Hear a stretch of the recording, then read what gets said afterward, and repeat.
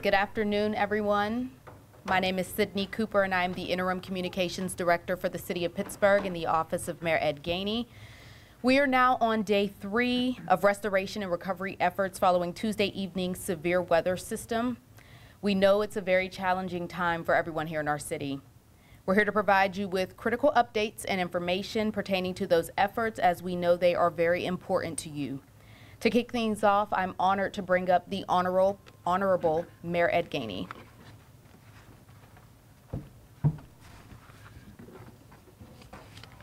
Good afternoon, everyone. Thank you for being here. Thank you for joining us today as we share important updates and information on our ongoing storm recovery efforts. I'm joined by representatives from Duquesne Light Communications and Corporate Vice President Christine Waller. Also joining us is Managing Director of Field Operations, Russ Profizer. Did I get it right? All right. Department of Public Works Director Chris Hornstein, Public Safety Director Lee Smith, who will help provide us with critical updates. We are on day 3 of our cleanup and restoration efforts after the severe weather incident we experienced Tuesday evening. We are monitoring forecasts for rain over the weekend that may slow some of the restoration efforts down. But at present, we do not anticipate or expect any conditions that would cause additional damage. I want to take a moment again to thank the people of Pittsburgh for their kindness, patience, resilience, and all of you have displayed all type of Mr. Rogers good neighbors and making sure that we check on our neighbors. I want you to know you're not alone. I do understand the frustration, and I hear you, and I do see you. And I understand the frustration many of you have and are still dealing with the loss of power, downed trees, and much, much more, such as loss of food. That frustration is natural, but please do not make the city and Duquesne Light crews workers working to preserve power the target of our frustration. I assure you that we are working as long and as hard as we can to make sure that we restore the power and make sure that everybody has electricity. I also want you to know that we are making progress in our collective effort to restore power, reopen streets, and provide service to residents that still do not have electricity. We begin our recovery with 140,000 Pittsburgh Duquesne Light customers without service. As of 3:45 p.m. this afternoon, that number stood at just 48,000. Of the 24 emergency facilities that lost power in the storm, only 2 have not been restored. Of 120 road segments that were blocked as of Wednesday morning, of 120 road segments that were blocked as of Wednesday morning, 85 have been cleared. Of the 70 traffic signals that were out of service on Tuesday, 50 have been brought back online. This morning, all but 2 Pittsburgh public schools were open for in-person instruction, with the remaining 2 operating on remote learning. Beginning yesterday, we received an increasing number of reports of residents who need assistance securing food. Working with a wide range of partners, we have several new supports to announce. We are coordinating relief service with the Red Cross, who have begun supporting senior high-rise and other facilities serving vulnerable populations to provide shelf-stable food deliveries. Many families who receive SNAP benefits are eligible for reimbursement for the food they lost while out of power. City residents needing this service can call 311 to be connected with the necessary paperwork. If no one answers, leave a message and we will follow up with you with more information as soon as we get the message. In partnership with the County Executive, Sarah Anna Murata, we have begun raising funds to support the Greater Pittsburgh Community Food Bank and our networks of community food pantries. Our goal is to raise $1 million to help the food bank address an unexpected increase in demand over the next month as residents recover financially from this incident. I'm excited to announce that one funder who wishes to remain anonymous at this time has already committed $100,000 to this effort, with many others expressing interest in participating. Finally, in some exciting news for the residents of South Pittsburgh, I'm happy to share that after they completed some quick repairs, PLI was able to approve Fiore's Pizza for occupancy this afternoon, and they and they're expected to reopen shortly. Again, I ask the residents to remain calm, be kind, and be patient, and know that we are working around the clock to make sure that we get the trees up, the power back on, and make sure that everything is good. Again, I want to thank you. And now we'll hear from Duquesne Light Communications and Corporate Vice President Christine Waller, who will provide a general restoration overview.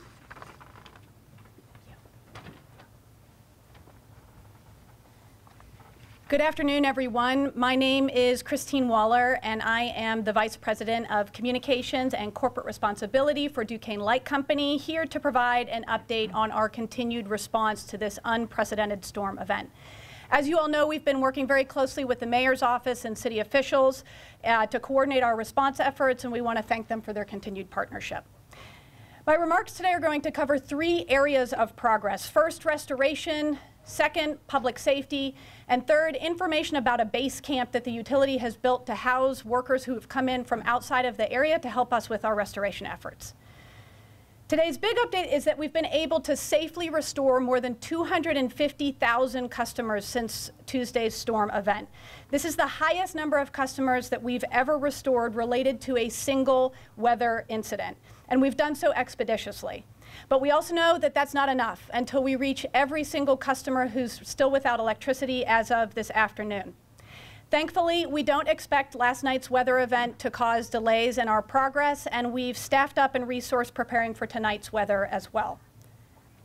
Today, I can also announce that we expect to be able to substantively restore all customers by the end of the day, Tuesday at 11:30 p.m., with most customers coming online well ahead of that.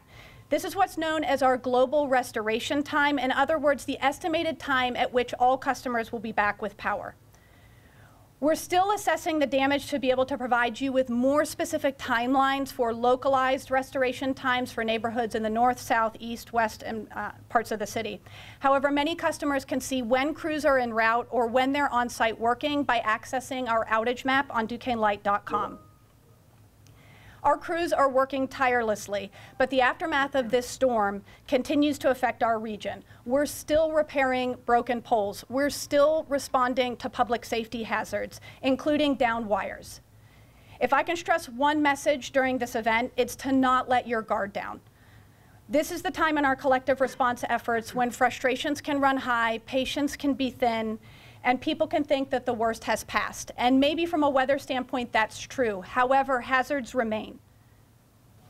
Specifically, the danger associated with downed wires. Please respect public safety notices and public officials' warnings about the danger. As a mother of small children myself, I urge you to take all of these things into account. Duquesne Light urges you to please stay away from downed lines, even if you think they're not energized. You can call our emergency line at 888-393-7000 or 911 to report a public safety hazard that you don't believe has been identified. And regarding the latest news and public safety information, please rely on your public officials as well as DLC for updates. I'll end on a note of appreciation before handing it over to my colleague Russ Profaser to provide you some information about our mutual assistance efforts, and say that we received so many calls and outreach from businesses and customers in the area wanting to express their gratitude for our essential workers with food and other demonstrations of appreciation. Your spirit of generosity is so incredible that we're actually asking you to redirect it toward our customers and the community by contacting the Food Bank, the Red Cross, or the United Way. We're here to continue serving you. And with more on how that's happening, I'd like to invite Russ to the podium. Okay, thank you, Christine. Thank you, Mayor. I'm here to provide an update on our field resource plan that's going on currently. So, due to this unprecedented event, we have brought in mutual assistance crews from across PA and parts of Ohio as well. Over the past few days, we brought in roughly 430 lines contractors on our property on Wednesday to support the effort of restoration with our internal crews. As of today, we brought in an additional 60 resources to support that restoration effort as well. Those resources are from AEP of Ohio. When you put that in perspective, we have roughly 500 line worker contractors on our property. With total resources, that is triple the amount of typical resources we have typically for our normal type of business operations, and that's around 700 line workers that are on our property restoring power to our customers. When you add in our vegetation management contractors, these are the contractors that clear our trees and maintain our trees on our facilities. We have 200 of those on our property. That puts us at roughly 900 field resources. And then when you add in our underground crews that typically work in the underground, they are helping with the overhead restoration, our damage assessors. We are well north of 1,000 resources that are supporting this effort. That is something that has never been done at Duquesne Light Company before that was needed for this unprecedented event. What goes with that is lots of support to manage all those resources. We have set up a base camp at one of our Woods Run campuses. When I say base camp, that is trailers that house 200 of our workers, lunch trailers, bathrooms, different types of facilities to manage these contractors that are coming in from outside of our area so they can be comfortable, get rest, and go back out there to do the work that our region needs as well. This is the same type of base camp that we went to last year when we supported Hurricane Milton and Hurricane Helene in Florida. This is the same base camp that they housed us, the same type of facilities. We had this plan documented for several years, and now this is the first time that we have deployed a base camp at Duquesne Light Company to support all of these resources on our property. So we are doing lots of things that we had in our plan for the first time to make sure we have the right resources to restore power to our customers. From an overall perspective, I'm in the operations center for 16 hours a day. There's several people in that operations center that is 24/7 support. We have increased staffing as well to make sure we are coordinated with this effort, to coordinate with our field resources, to make sure we're putting the right resources in the field to restore power to our customers. And that's my update. Thank you. From Department of Public Works, Chris Hornstein.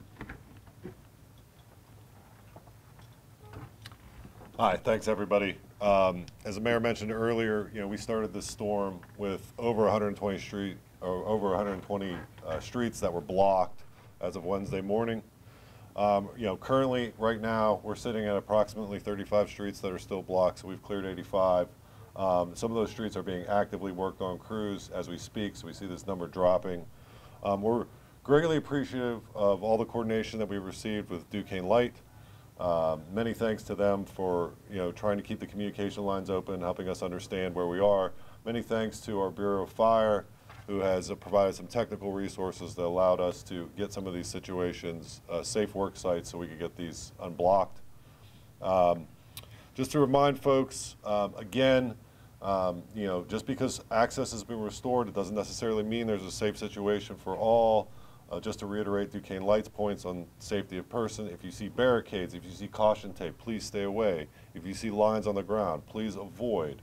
Again, we cannot be certain of the safety situation at that time. Please use all precautions when you encounter these situations.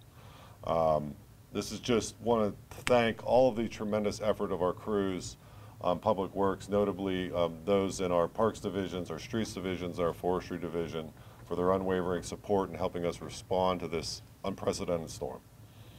Also want to make a special point to the safety. Lower McKinley Park is remaining closed to the public until Duquesne Light has had a chance to address downed power lines adjacent to Bauman Street. So again, we're asking residents adjacent to Lower McKinley Park, please avoid until Duquesne Light and their resources have had an opportunity to address. For those folks who have expired food waste, we're asking them, we are going to receive that at the curb. We are asking them to hold it until their regularly scheduled day. Again, please be mindful of the waste. Food waste tends to be heavier than your normal waste, so please adhere to our guidance of 35 pounds in a container. Use multiple bags or smaller bag efforts if necessary. This will help keep our crew safe as we collect everybody's trash throughout the week. As a reminder, we are opening our drop-offs with extended hours this weekend, 6 a.m. to 10 p.m. You can see these right here. Yeah, you're all right, man. You can see these right here. Again, Saturday and Sunday, 6 a.m. to 10 p.m. This is free drop-off for residents. Again, free drop-off for residents at one of these 4 locations, Saturday and Sunday, 6 a.m. to 10 p.m. That's for yard waste. Folks can, what they've encountered and come. If they're able to move, we're happy to receive. again, I just want to thank everyone for their everyone in Public Works for their unbelievable effort in responding to this unprecedented event. Thank you. Next up is Public Safety Director Lee Smith.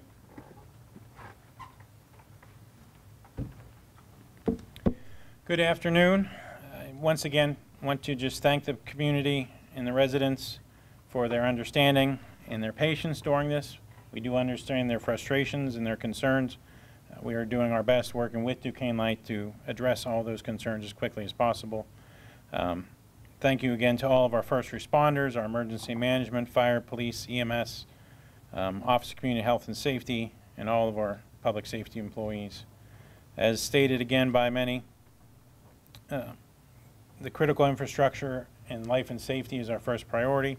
Restoring power to everyone is also the priority.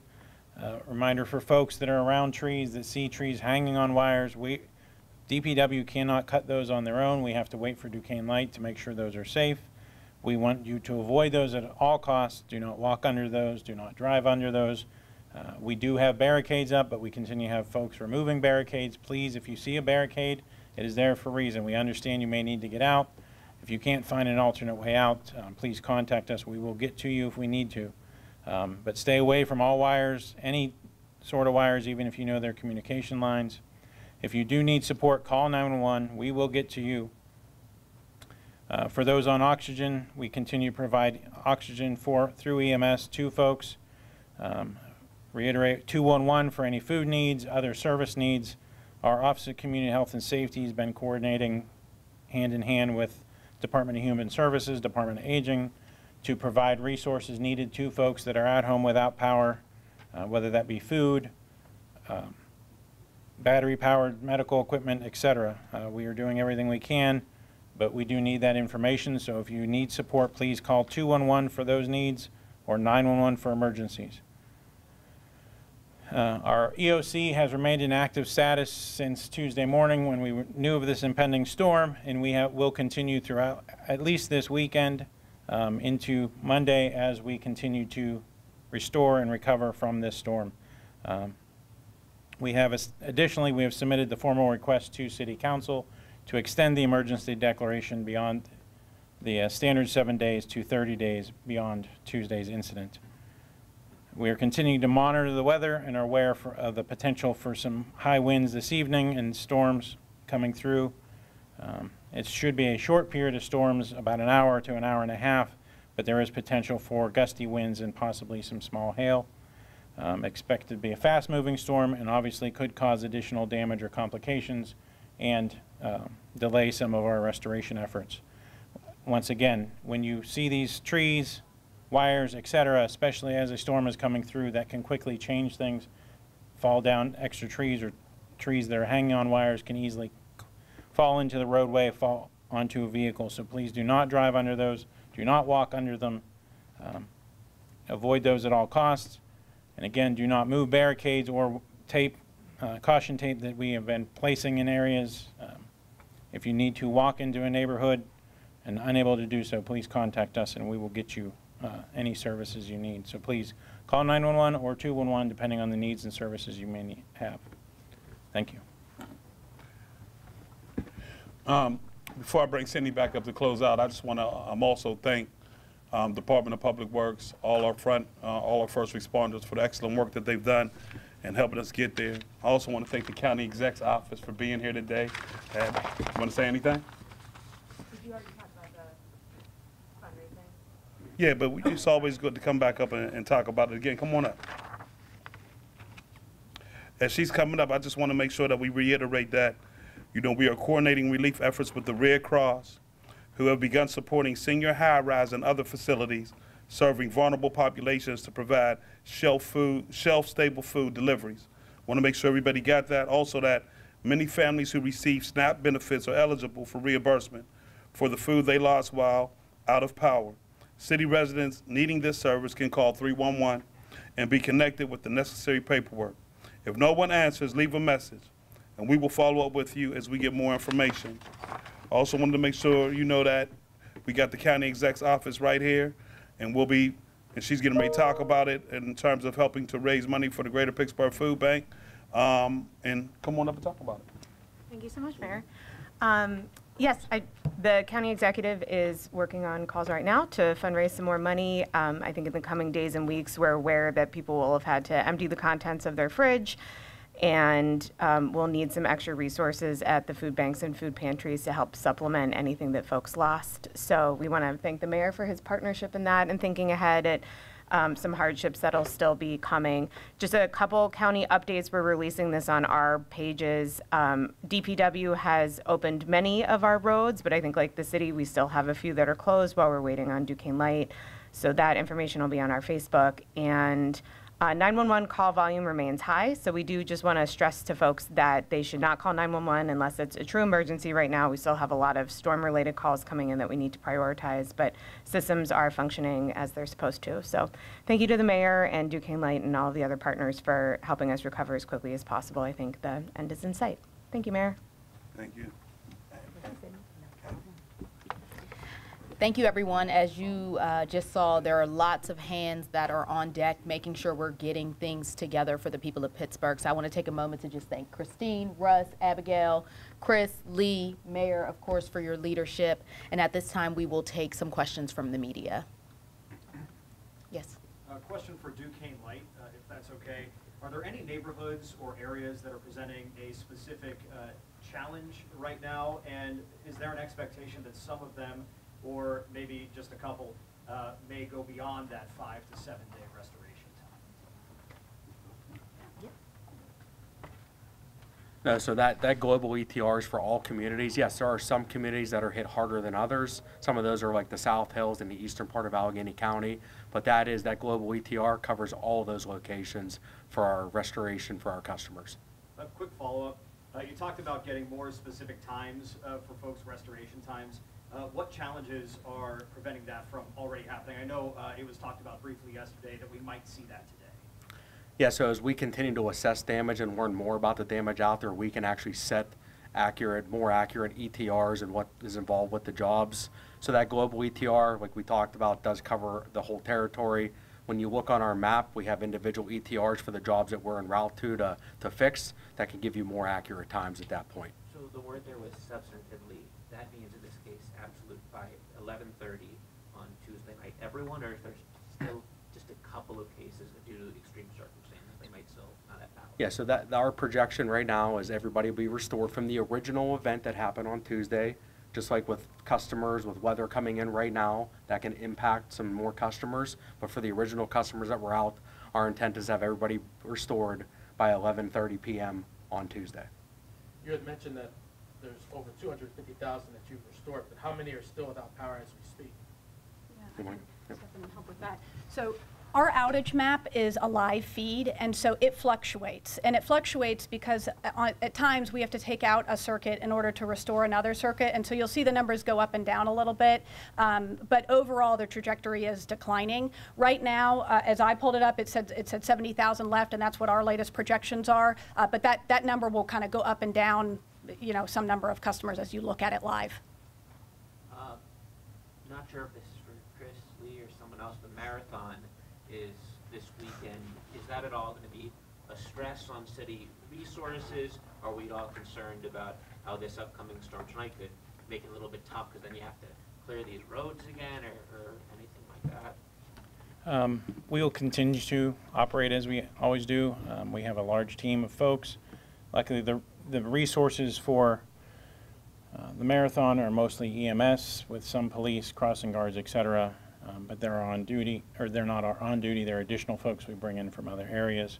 The roadway clearing is really heavily rely on P3R, especially around this because our DPW folks are focused on the residents in the neighborhoods. So we are working with them. If anything from this new storm coming through would potentially add to it, we'll let them know as we go through it. I know they've been driving the route, letting us know of any resources they may need or support, but we're not concerned at this point. Two more. This one's for Mayor Gainey. You talked about food replacement. What should residents of the city do who need food replaced but are not eligible for SNAP benefits? Is there something they can do in the Well, that's why you just heard us talk about working with our corporate partners to be able to raise $1 million to be able to do through the Greater Pittsburgh Food Bank to be able to provide them with food. And we're doing that now. I think we have one commitment from a donor that doesn't want to be recognized right now, and we have others coming in as well. So we're working with them. Reach out now. They don't have to wait until a certain goal is met. No, but they can reach out now. We have the ability. They have the ability. We have the ability to have them reach out now. It's a good question. One more, please. Julie? And for that Red Cross benefit that you were discussing, how can people or like organizations, senior high rises that you mentioned, access that, or have they already reached out to? They could call 211. I think the callers don't. They could call 211.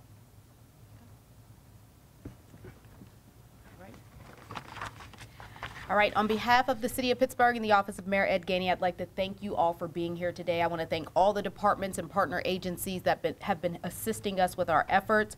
Be sure to follow the City of Pittsburgh and Mayor Ed Gainey on all social media outlets to stay up to speed on updates pertaining to the restoration efforts.